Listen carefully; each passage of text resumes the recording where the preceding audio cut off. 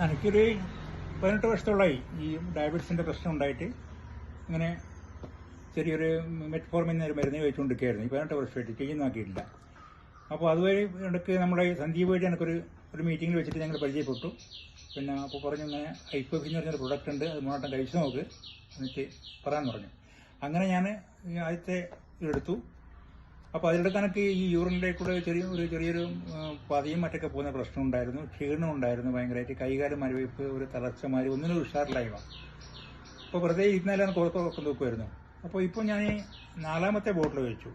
4ാമത്തെ ബോട്ടിൽ ഈ കേസും കഴിച്ചപ്പോൾ എനിക്കൊരുപാട് മാറ്റം വന്നിട്ടുണ്ട്. ഈ ഉറക്കം തൂക്കലൊക്കെ പോയി, യൂറിൻ്റെ ഈ ഒരു പ്രശ്നം എനിക്ക് പിന്നെ ഒരുപാട് വ്യത്യാസം വന്നിട്ടുണ്ട്.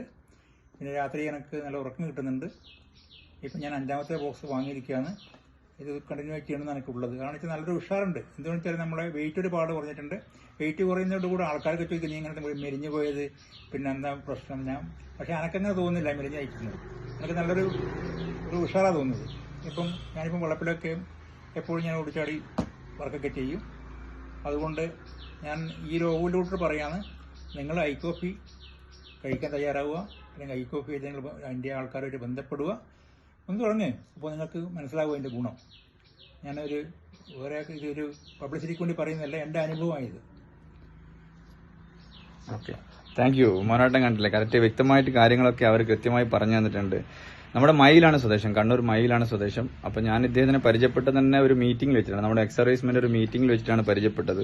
അപ്പോൾ അവിടെയുള്ള വ്യക്തികൾക്ക് പലർക്കും ഷുഗറിന്റെ പ്രശ്നങ്ങൾ ഉണ്ടായിരുന്നു. അപ്പോൾ ഞാൻ കാര്യങ്ങളൊക്കെ പറഞ്ഞപ്പോൾ മോനാട്ടം പറഞ്ഞു എനിക്ക് വളരെയധികം